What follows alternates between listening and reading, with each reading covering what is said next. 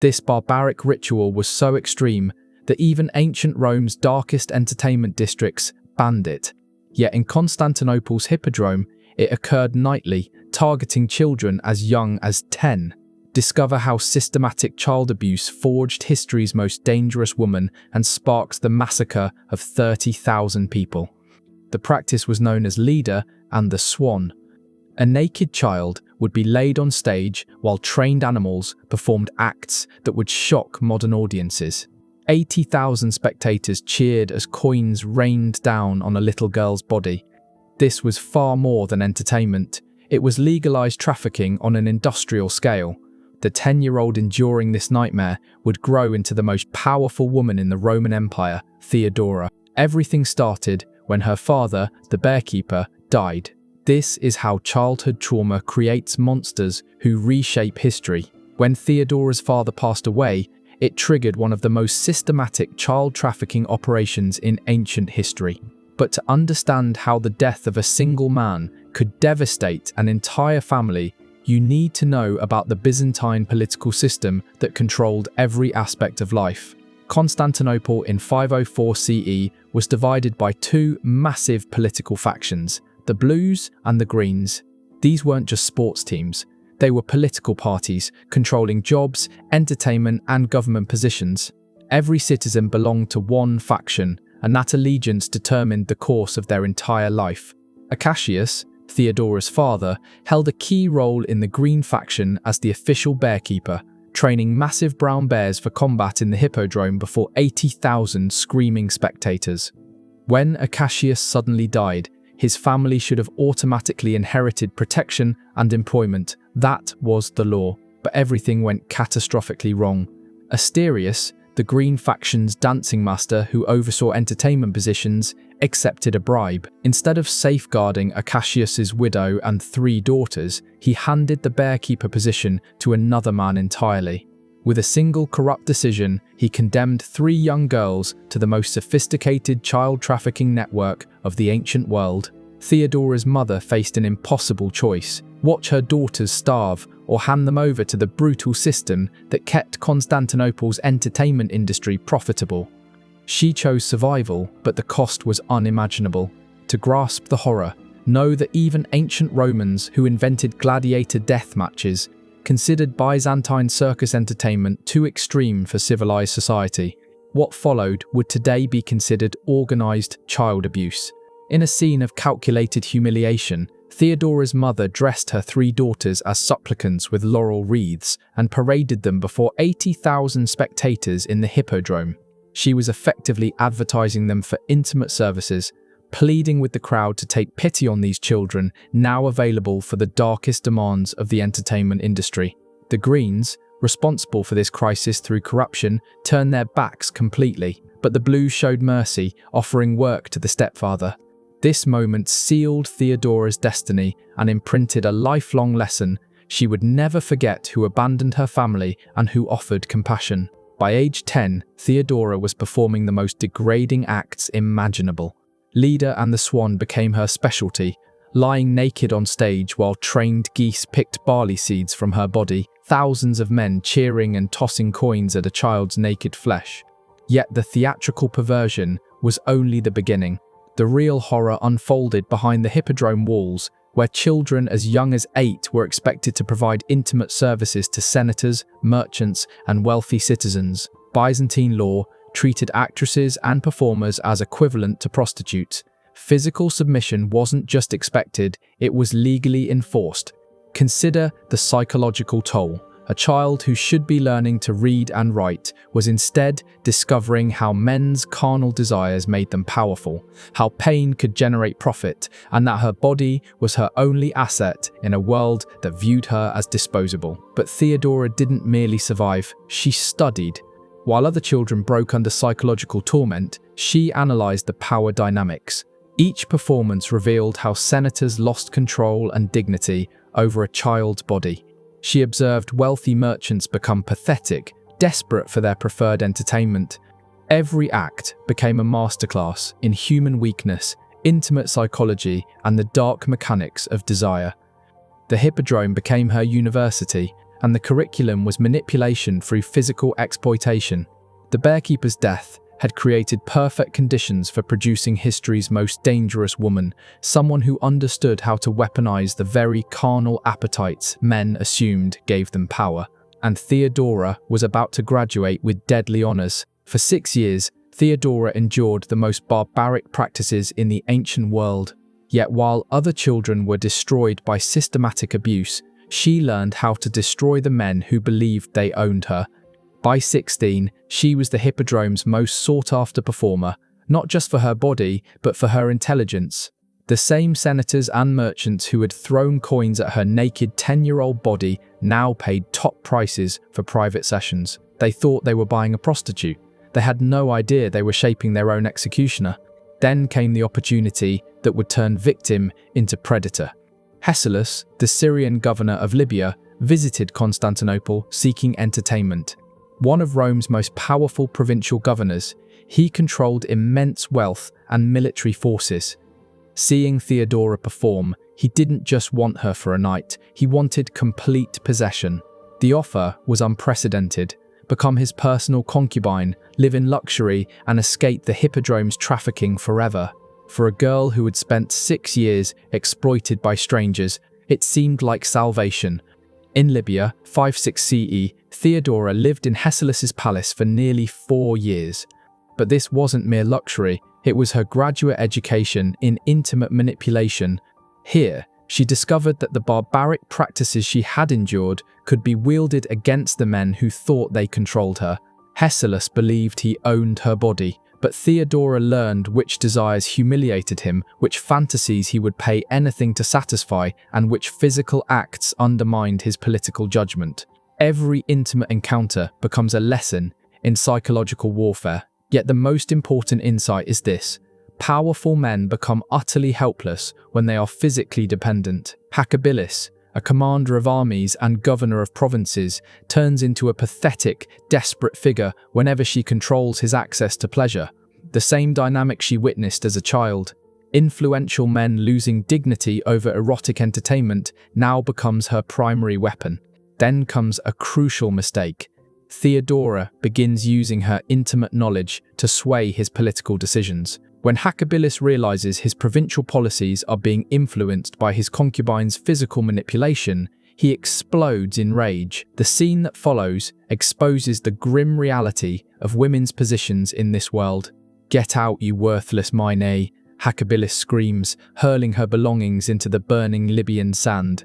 She stands alone in the desert heat, sweat beading on her skin, the bitter taste of dust and humiliation filling her mouth. After 4 years of luxury, she is cast back into trafficking with nothing. Yet this betrayal becomes her most valuable education. The journey back to Constantinople transforms her into history's deadliest, intimate predator. Ship by ship across the Mediterranean, she sells her body to survive. But now she applies everything learned from Hacabilis.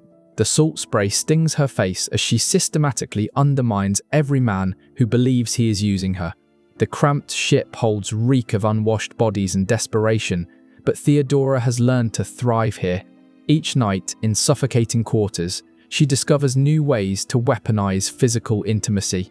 The Roman merchant who pays extra for clever conversation, she learns his trade secrets and leverages them against his competitors. The ship captain who grants her free passage, she uncovers his smuggling operations and stores the knowledge for future advantage. Every client becomes a case study in male weakness. She builds a mental archive of how desire makes powerful men vulnerable, foolish, and ultimately destroyable. In Alexandria, she makes a revelation that will alter everything. She converts to monophysite Christianity under Patriarch Timothy III. But this is not a spiritual awakening. It is strategic positioning. She is establishing a religious power base entirely independent of the trafficking system that shaped her. More importantly, in Antioch, she meets Macedonia, a blues faction performer who has been sending intelligence back to Constantinople. Macedonia reveals that a 40-year-old prince named Justinian has been asking pointed questions about the former circus girl who survived Libya. What Theodora doesn't yet realize is that her reputation has preceded her. tales of a woman who can manipulate provincial governors, who survived abandonment and turned it into strength, who understands the dark psychology of powerful men better than they understand themselves. As her ship nears Constantinople's harbour, she glimpses the golden domes of the city that once cast her out as a child. But she is no longer the same girl who left. The barbaric practices meant to destroy her have instead created the most dangerous woman in the Roman Empire. She is about to meet the man who will give her the ultimate target for intimate revenge, an entire empire. What follows proves that the cruelest practices can be transformed into lethal political weapons. Theodora is ready to use everything learned, from systematic exploitation to seduce, manipulate, and ultimately control the future emperor of Rome. Constantinople, 522 CE. When 40-year-old Prince Justinian first sees Theodora at an elite court gathering, he believes he is looking at merely another beautiful former performer. He has no idea that he is staring at a woman who has spent 16 years mastering how to destroy powerful men. The seduction begins immediately, but this is no ordinary attraction. This is intimate warfare honed through years of barbaric practice. Theodora deploys every technique learned from her exploitation. She analyzes Justinian's carnal preferences with the same cold scrutiny she once applied to hippodrome clients. She discovers his weakness for intelligent conversation during private moments, a vulnerability she learned to exploit with Roman merchants on those Mediterranean voyages. She identifies his need for emotional connection, the same dependence that once made Hacabilis physically subservient. The shocking truth she hides from Justinian: during those desperate nights in Alexandria, she learned more than religious conversion. She learned to use her body not merely for survival, but to completely dominate men's minds. Justinian is about to become her greatest experiment in intimate manipulation. The psychological dynamic is terrifying. Justinian believes he is choosing to marry this extraordinary woman, but Theodora is systematically programming his physical obsession. Every private moment is calculated to deepen his dependence. Every intimate encounter is designed to weaken his political judgment. When Justinian announces his intention to marry her, the court erupts in scandal. Senators cannot believe the heir to the Byzantine throne would wed a woman who once performed degrading acts for entertainment. Yet this scandal reveals the brilliance of Theodora's strategy. She is not merely seducing Justinian, she is forcing him to choose between political propriety and carnal obsession. And physical addiction always wins. The legal barriers seem insurmountable. Constantine's ancient laws specifically forbid senators from marrying actresses. Once an actress, always an actress, the law permanently enforces erotic entertainers' separation from political power. But the true obstacle is personal. Empress Euphemia stands between Theodora and ultimate authority like an immovable wall. She herself rose from slavery to the highest position a woman could attain. But Euphemia sees exactly what Theodora represents: intimate manipulation weaponized for political conquest. "I climbed from slavery," Euphemia declares before the court, finger pointed accusingly at Theodora, "but I was never a prostitute." The confrontation crackles with tension. Former slave versus former trafficking victim, fighting over who deserves to rule an empire. Euphemia understands the danger perfectly. She is not merely opposing a marriage, she is attempting to prevent a woman trained in barbaric practices from gaining imperial power. She blocks every legal reform, uses her influence to halt marriage discussions, and forbids Theodora from attending court functions. Then, on a cold night in 523 CE, Empress Euphemia dies mysteriously in her sleep. No warning signs, no illness, no witnesses, just a sudden death that removes the only person capable of stopping Theodora's intimate conquest of the empire. The timing is suspicious. Within hours of Euphemia's death, Emperor Justin begins drafting new legislation tailored specifically to allow Theodora's marriage. The law is so precise, it might as well have her name inscribed upon it. The terrifying reality: Theodora had learned about poisons during her years of trafficking. The experienced women who survived the system taught her which herbs could incapacitate dangerous clients, which toxins left no trace, and which methods mimicked natural death. The sudden removal of the sole obstacle to her marriage is not coincidence. It is the application of knowledge gained through years of abuse. 525 CE, Hagia Sophia. The wedding ceremony represents the ultimate triumph of intimate manipulation over political authority. Every step Theodora takes down the marble aisle is carefully orchestrated theatre. The same girl who once performed naked for coins now dons imperial purple silk, yet her mastery of performance remains unchanged. This is not merely a wedding, it is the coronation of systematic exploitation. The child who endured barbaric practices in the hippodrome has now used those same techniques to seduce an emperor, eliminate her primary rival, and position herself as co-ruler of the Roman Empire.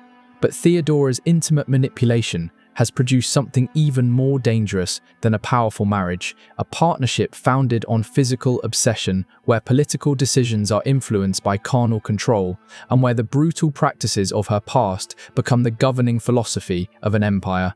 The former trafficking victim is about to become the ultimate predator on the largest possible stage. 7 years after converting her exploitation into imperial power, the Empress faces the ultimate test. When 30,000 people demand her death, she will prove that the most barbaric practices create the most ruthless political monsters. January 542 CE. The Nika Revolt is not merely a political uprising, it is a direct attack on everything she represents. For the first time in Byzantine history, the blues and greens unite under a single battle cry, Nika. But their true target is not just the government, it is the former prostitute who manipulated her way to imperial power through intimate warfare. The crowds filling Constantinople's streets are not angry merely about taxes or policies, they are revolting against the very idea of a woman trained in degrading practices ruling the empire. Every chant of Nika carries the unspoken message, the must die, must die. This is the moment she has been preparing for her entire life. Every humiliation endured in the hippodrome, every manipulation technique learned through trafficking, every psychological weapon honed through childhood trauma, all lead to this point. Violence erupts like wildfire through the narrow streets. The acrid smoke of burning buildings stings eyes as mobs surge forward with torches. The original Hagia Sophia erupts in flames, its ancient timbers crackling and collapsing in showers of sparks. The Senate House burns to the ground, centuries of Roman law reduced to ash. But for the Empress, watching the city burn is not frightening, it is familiar. The chaos recalls the hippodrome crowds screaming for erotic entertainment. The same energy that once demanded her naked body now demands her death. She understands mob psychology because she learned to manipulate it as a child. The metallic smell of blood mingles with burning wood as armed rebels execute government officials in the streets. Military units defect, discarding their weapons and joining the uprising. Even the Emperor's bodyguards hesitate, questioning whether to stay loyal or save themselves. Then the rebels make their ultimate declaration. They proclaim Hypatius, nephew of the former Emperor Anastasia, as the new ruler. The message reverberates through every district. The reign of the corrupt imperial couple is over. Military commanders discuss evacuation plans openly. Treasury chests filled with gold and silver are loaded onto ships in the harbour, wooden planks groaning under the weight.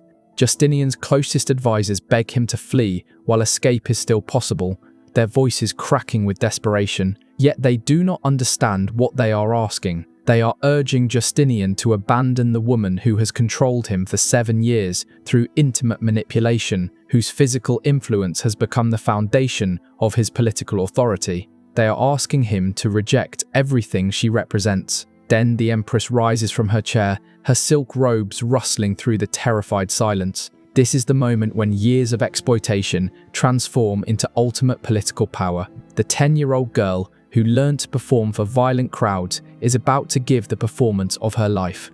My opinion is that the present time, above all others, is not the right moment for flight. Even though it brings safety, her voice cuts through the panic like a blade, each word carrying the authority of someone who has survived the worst men can do to a woman. May I never be separated from this purple, and may I not live to see the day when those who meet me shall not address me as mistress. She looks directly at Justinian. her dark eyes burning with 16 years of accumulated childhood rage. The flickering candles cast shadows across her face as she delivers words that will seal the fate of 30,000. As for herself, she invokes an ancient saying, "Royalty is a good burial shroud." This is more than political defiance. It is revenge on the ultimate scale. The crowd demanding her death represents every man who ever paid to abuse her body, every senator who threw coins at her naked childhood performances, every client who believed he owned her because he purchased her services. Justinian, still physically obsessed after 7 years of manipulation, chooses massacre over abandoning his empress. The plan is brutally simple and reveals her mastery of crowd psychology learned in the Hippodrome. Generals Belisarius and Mundus will surround the arena during the rebels' victory celebration, trapping all enemies in a single location, the very venue where she once performed degrading acts. 100,000 people fill the Hippodrome, believing they are witnessing the birth of a new empire. Instead, they are walking into the ultimate revenge fantasy of a former trafficking victim. The same arena where she learned to manipulate crowds through spectacle will now become the site of history's most systematic massacre. The killing begins when the celebration reaches its peak. Imperial soldiers block every exit with grinding metal gates, then move through the crowd with methodical precision. Screams echo off stone walls as families are slaughtered where they stand, blood pooling in the sand that once absorbed the tears of exploited children. The irony is perfect and terrifying. The arena that taught her to perform for violent crowds now becomes the stage for her ultimate performance. The systematic execution of everyone who dared challenge her ascent to power through intimate manipulation. By the end of the day, silence replaces the screams. More than 30,000 corpses litter the arena floor. Not a single rebel survives. The Hippodrome, where barbaric practices once entertained the masses, is now a graveyard claimed by the woman those practices created. Justinian's 535 CE reform requires all governors to swear loyalty not just to the emperor, but to his empress as well. The former trafficking victim has achieved the ultimate revenge, legal recognition as co-ruler of the empire that once exploited her body. 30,000 people died because barbaric practices created a woman who understood that survival demanded the complete destruction of anyone threatening her authority. And this is only the beginning of her reign of vengeance. With 30,000 corpses as proof of her power, Theodora now applies intimate knowledge gained from barbaric practices to systematically eliminate every remaining threat. What follows demonstrates how childhood exploitation becomes perfect training for political assassination. From her private imperial chambers, she operates what historians call a parallel government, but it is far more sinister, an intelligence network that would rival modern spy agencies. While Justinian holds court in the Grand Throne Room, she conducts her true work in private quarters where the walls witness whispered confessions and secret dealings. Her network functions through manipulation perfected in the Hippodrome. Trusted agents and loyal women move through palace corridors, collecting the most dangerous intelligence, who sleeps with whom, which senators harbour shameful desires, and which secrets could destroy political careers. She institutes a protocol that shocks the imperial court. Everyone must prostrate themselves and kiss both her feet and Justinian's. This is not merely reverence, it is domination through public humiliation. The same dynamic she endured as a child performer is now reversed, wielded with deadly precision. Now begins her masterpiece of political assassination. Target 1. Pope Silverius, 537 CE. When the Pope refuses to restore her religious ally, Theodora does not argue theology. Instead, she applies manipulation techniques honed during years of exploitation. Working through Belisarius and his wife Antonina, she fabricates treason charges designed to exploit the paranoia of powerful men. The Pope, accused of colluding with the Goths, dies in exile, eliminated by a woman who learned that men's fears make them vulnerable to any accusation. Yet this is only practice for her next target. Target 2. Queen Amalasuntha of the Ostrogoths, 535 CE. Here, jealousy becomes genocide. Amalasuntha embodies everything Theodora fears: natural nobility, inherited power, and worst of all, she has been corresponding with Justinian about political alliances. Theodora recognizes the signs immediately: late-night readings of letters, lingering over diplomatic phrasing that could be interpreted as romantic, political discussions that resemble intellectual seduction. She sees Justinian falling under another woman's influence using the same techniques once used on him. Her solution reveals the predator's mindset: if you cannot control them through intimacy, destroy them completely. Using Ambassador Peter the Syrian, she persuades King Theodad to eliminate his own cousin. The method is deliberately intimate. Amalasuntha is murdered while bathing vulnerability and physicality combined in the ultimate act of revenge. However, her masterstroke demonstrates how barbaric practices produce perfect killers. Target 3. John the Cappadocian, 541 CE. As Praetorian Prefect, he is the only man capable of rivaling her influence over Justinian. More dangerously, he is immune to ordinary manipulation because he understands it. So, Theodora applies the psychological warfare she learned as an exploited child. For 6 months, she wages a campaign designed to break his mind in the same way her own was once tested, in the Hippodrome. Every day, John receives disturbing gifts echoing the trauma techniques used on child performers: wilted flowers symbolizing death, small daggers representing penetration, paintings of execution methods reminiscent of the violence victims always fear. John begins to exhibit the same psychological symptoms she endured as a child: sleeplessness, paranoia, jumping at shadows, sweating through normal interactions. She is recreating her own childhood trauma in the mind of her enemy. Then comes the trap that reveals her true genius. The Empress and Antonina form the deadliest alliance imaginable. 2 women who understand exactly how manipulation can destroy men. They use John's own daughter as unwitting bait, arranging a fake conspiracy meeting where surveillance agents record every supposedly treasonous word.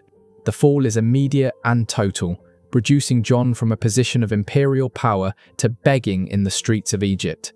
This is how a woman trained in barbaric practices eliminates her enemies, by recognizing that every man's mind can be broken in the same way hers once was, albeit with different techniques. These assassinations reveal her greatest achievement, transforming victimhood into predation. She is not merely eliminating rivals, she is using the knowledge gained from exploitation to reshape an empire where manipulation becomes the central tool of governance. The former trafficking victim has become the ultimate predator, and this is just the beginning.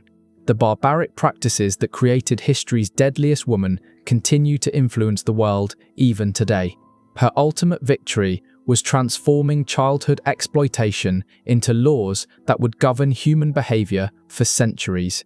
The Corpus Juris Civilis, the foundation of Western legal tradition, bears the fingerprints of a woman who learned law through systematic abuse. Her legal reforms serve a singular purpose: ensuring that no other woman endures the degrading practices she survived, while simultaneously using the same techniques to maintain absolute power.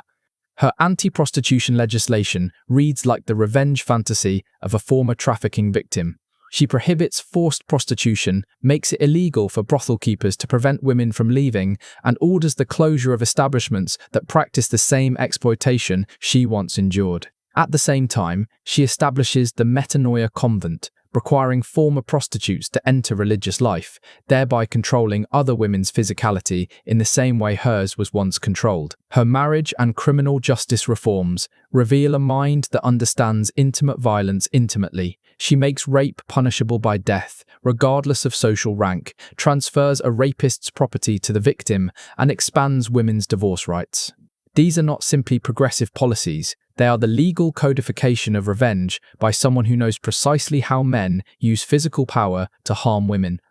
Most revealing of all, her succession control operates through manipulation of family structures. She orchestrates marriages across the court, punishes those who resist her politics, and ensures that her conquest of Justinian translates into dynastic control for generations. June 28, 548 CE. When the Empress dies at 48, likely of cancer, the political impact reveals the true extent of her manipulation. Justinian falls into complete psychological collapse, never remarries, and rules ineffectively for 17 more years. The man she controlled for decades cannot function without the woman who weaponized intimacy to consolidate political power. Most tellingly, little significant legislation emerges after her death. The legal genius of their partnership dies with the woman who mastered the art of turning manipulation into governmental control. Archaeological evidence from the San Vitale mosaics shows her depicted larger than other figures, wearing a cloak embroidered with the three kings bringing gifts to Christ. She positions herself as equal to biblical royalty, the ultimate transformation from trafficking victim to divine authority. Today, tourists take selfies in the Hippodrome, where 10-year-old Theodora once performed degrading acts for coins. The same arena where she later ordered the deaths of 30,000 people. From exploited child to the most powerful woman in history, she proved that the most brutal practices can create the deadliest political monsters, but was transforming victimhood into predation worth 30,000 lives. The girl who learned manipulation through childhood exploitation ended up manipulating an entire empire. Her story proves that barbaric practices don't just destroy victims, they can create destroyers. Subscribe to discover more stories of how childhood trauma shapes history.